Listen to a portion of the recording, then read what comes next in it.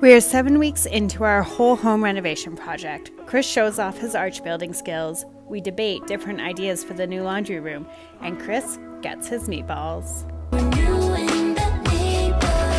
Last thing to do before rough ends in this new bathroom is get rid of the attic hatch. I don't really want to be taking the ceiling down once we have a brand new tub there. So I'm going to get that patched up today. So my original thought was moving it into this corner in the bedroom, which I started measuring. You can see one of the lines I drew. But then I thought maybe we can get it there, which is in the stairway. So then the hatch isn't in the bedroom. So then the attic monsters won't get into the bedroom. But let's head up to the attic. Let's see if I can climb a ladder with a camera and a flashlight. So that's the wall. I think that's exactly where the hatch is gonna go. I'm just gonna pull that insulation out and then we'll mark the bottom so we can get some measures going. I'm just gonna mark the bottom here. Cut it out from the other side.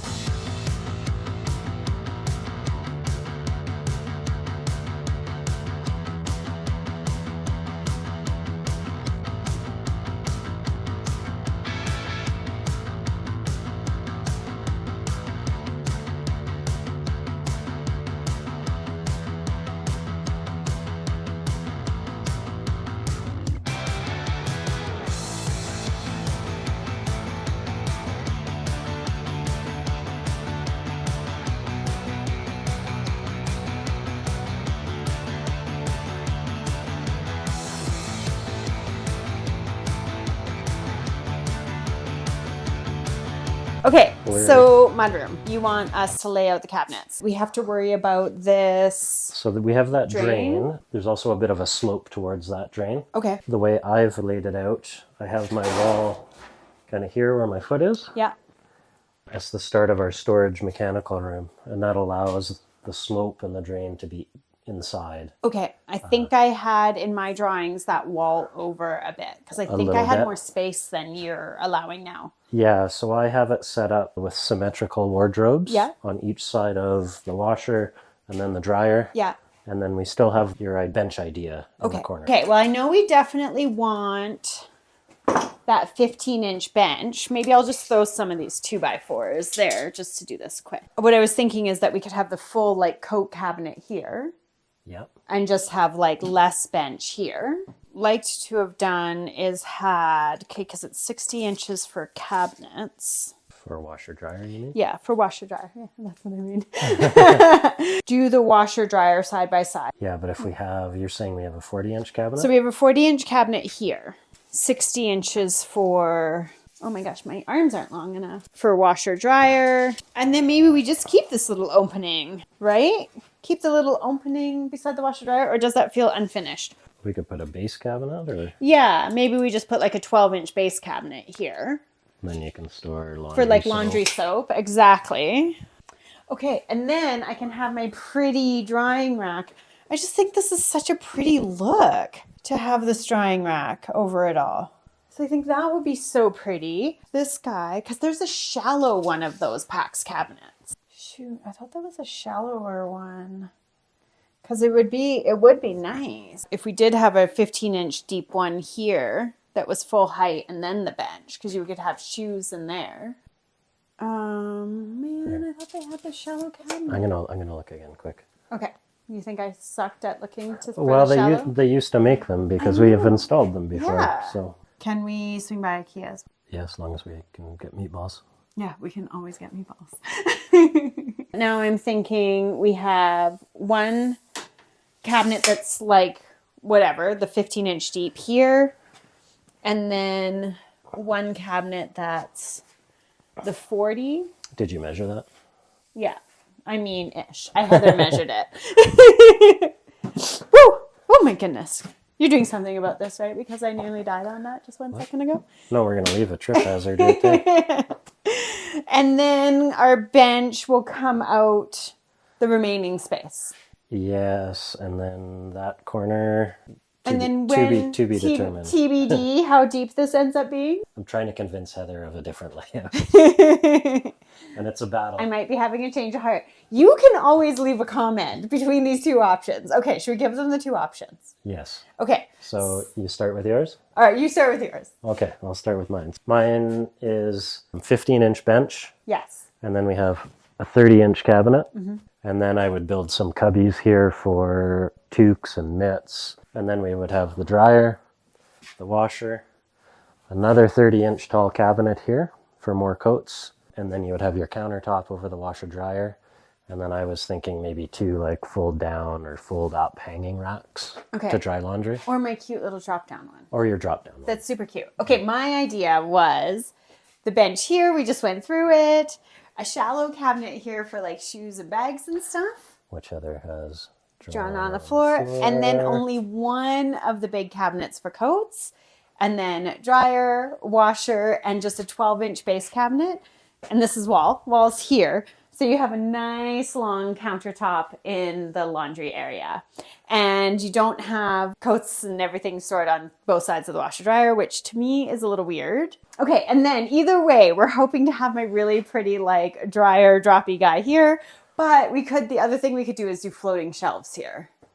But there's nowhere for a drying rack. TBD on that. Okay, so those are the two. Leave us a note in the comments.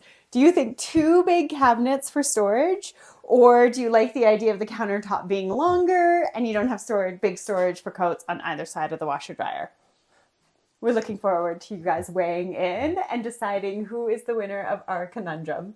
Just remember, mine's symmetrical. Oh, gosh.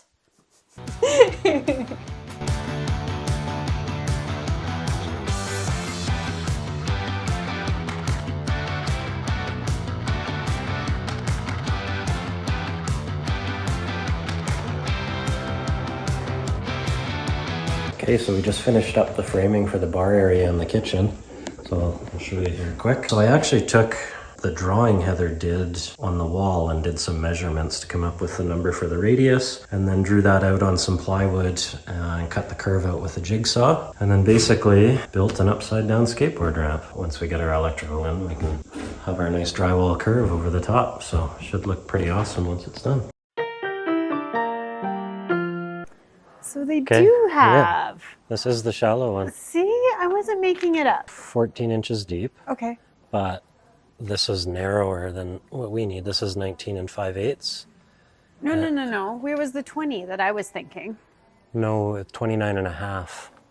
No, but a 40-inch cabinet and then a 20-inch cabinet. That's my idea. For my idea, we need 29.5. The debate goes on, which idea?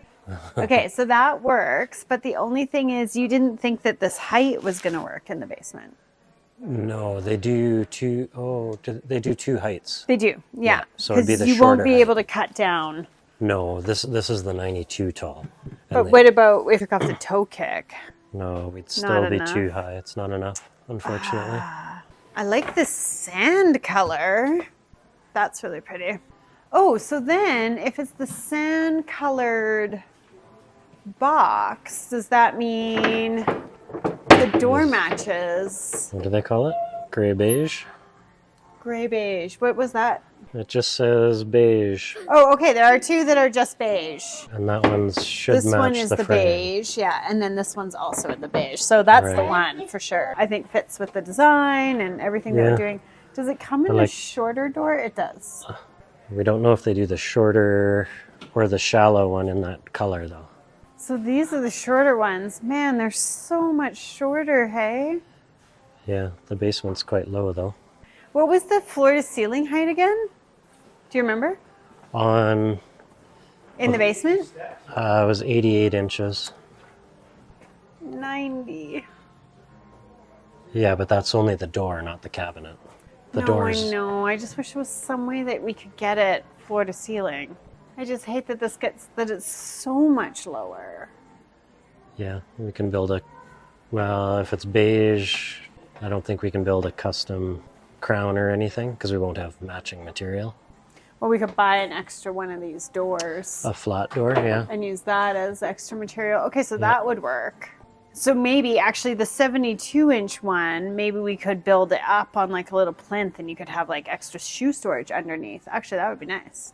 Yeah. Okay, maybe we can get creative. We don't know how we're going to get creative yet, but stay tuned. We're finally going to remove our load-bearing wall between the kitchen and dining room to make room for our new kitchen island. So we're going to start by just building some temporary walls on each side. We'll screw those walls together just to make it easier to take them down when we're done. When we put those up, we'll just make sure that we have enough space on each side that we can do the work and actually remove the wall. So let's go.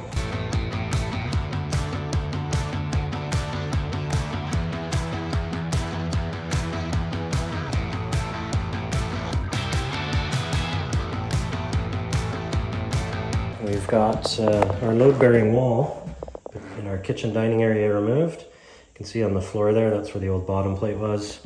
Still have my temporary walls in place. I've got floor joists cut back, ready for the new flush beam install. But unfortunately, I'm short a joist hanger, so I've got to go pick that up so I can get that beam installed. And Heather actually has my truck, so I'm waiting for her. So I guess you'll have to subscribe, check out our video next week, and I'll make sure to add some videos on installing that flush beam.